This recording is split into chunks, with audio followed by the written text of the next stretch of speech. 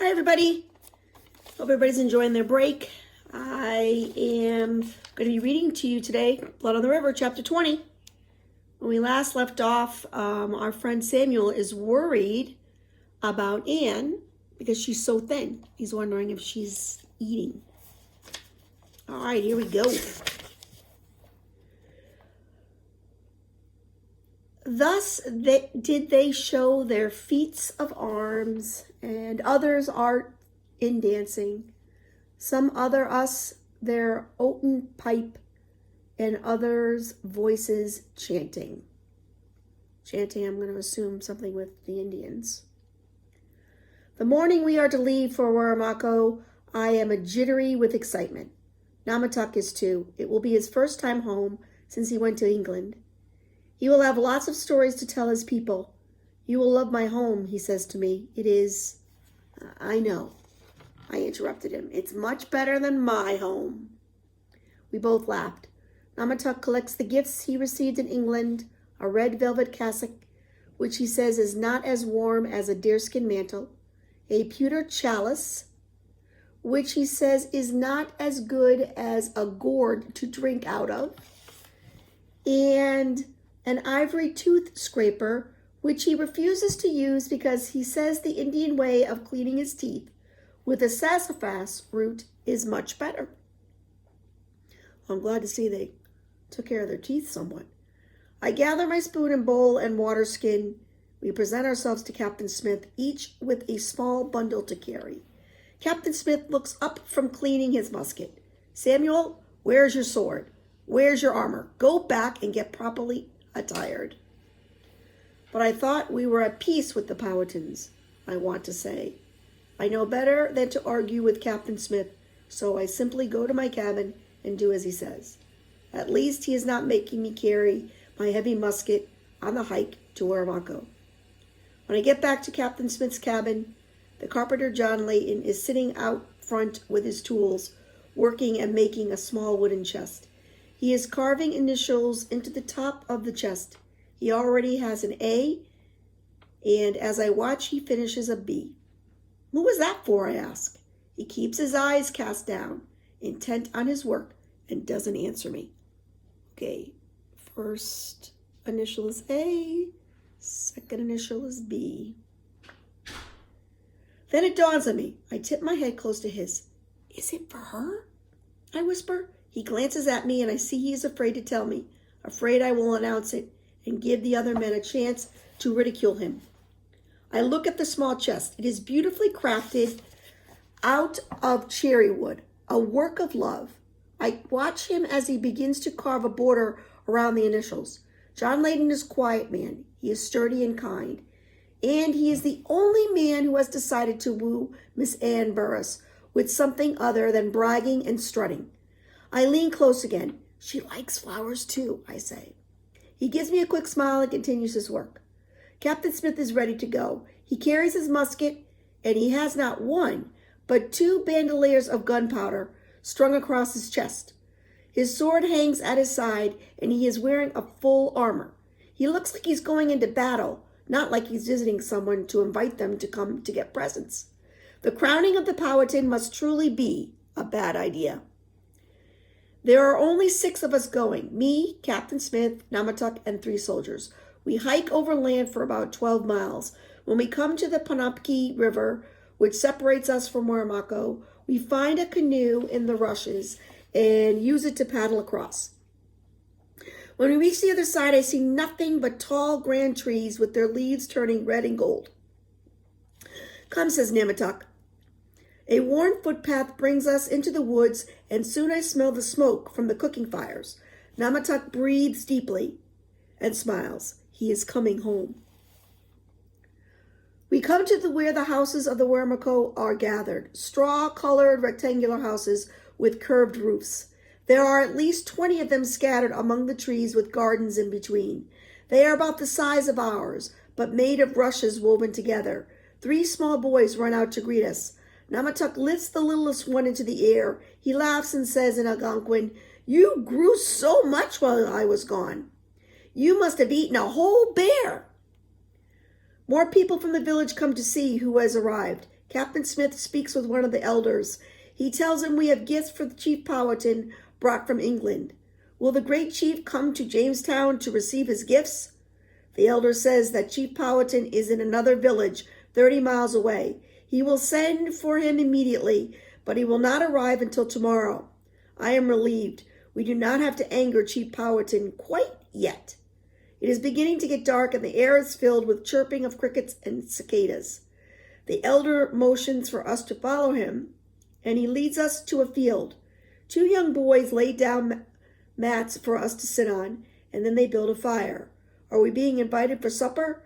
Are they about to start cooking on the fire? I wonder. We sit on the mats, and various people from the village come to sit near us. A few old men and women, many children and young warriors. They are all silent. Their faces expectant, as if they are waiting for something to happen. But no one brings food to cook on the fire. My stomach begins to churn. What's going on? What are they expecting to happen? I'm glad I have my sword, but what are they going to do with us? Captain Smith sits on the mat next to me. His eyes are wary, and I know that he too suspects this might be a trap. I touch his sleeve. What are they doing? I whisper. Suddenly, shrieking and howling erupt from the forest. The same battle cries I heard the night James was killed. I leap to my feet, pull out my sword, ready to fight and slash. Captain Smith draws his sword. He sees an old man sitting near us and holds the sword to his throat. Our soldiers aim their muskets into the dark forest.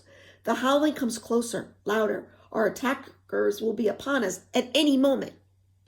Out of the shadows, a little girl comes running. She rushes up to us and stands bravely in front of the loaded muskets.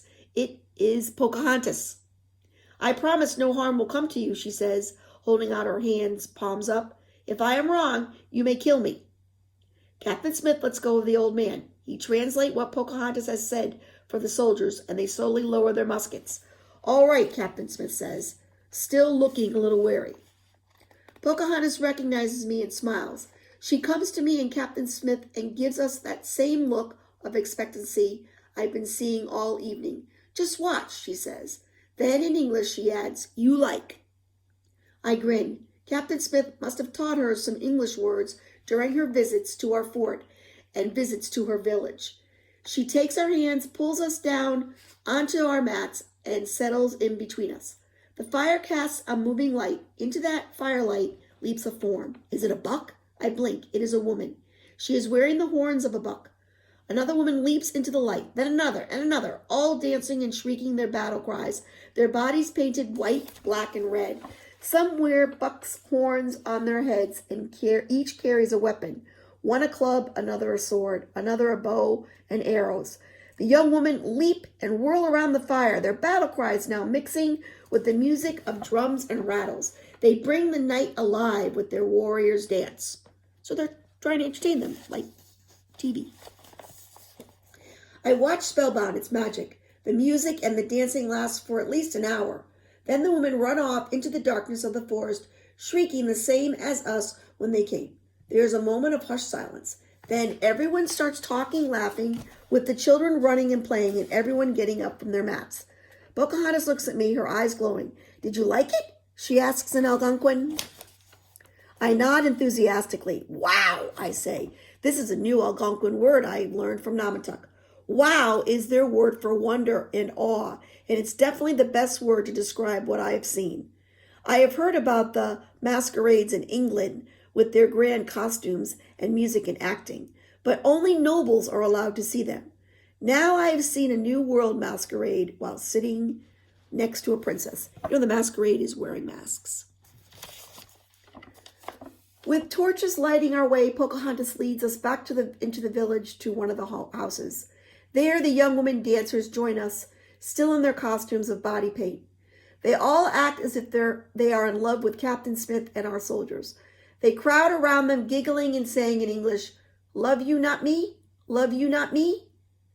I raise my eyebrows at Pocahontas. Who teach them that? I asked.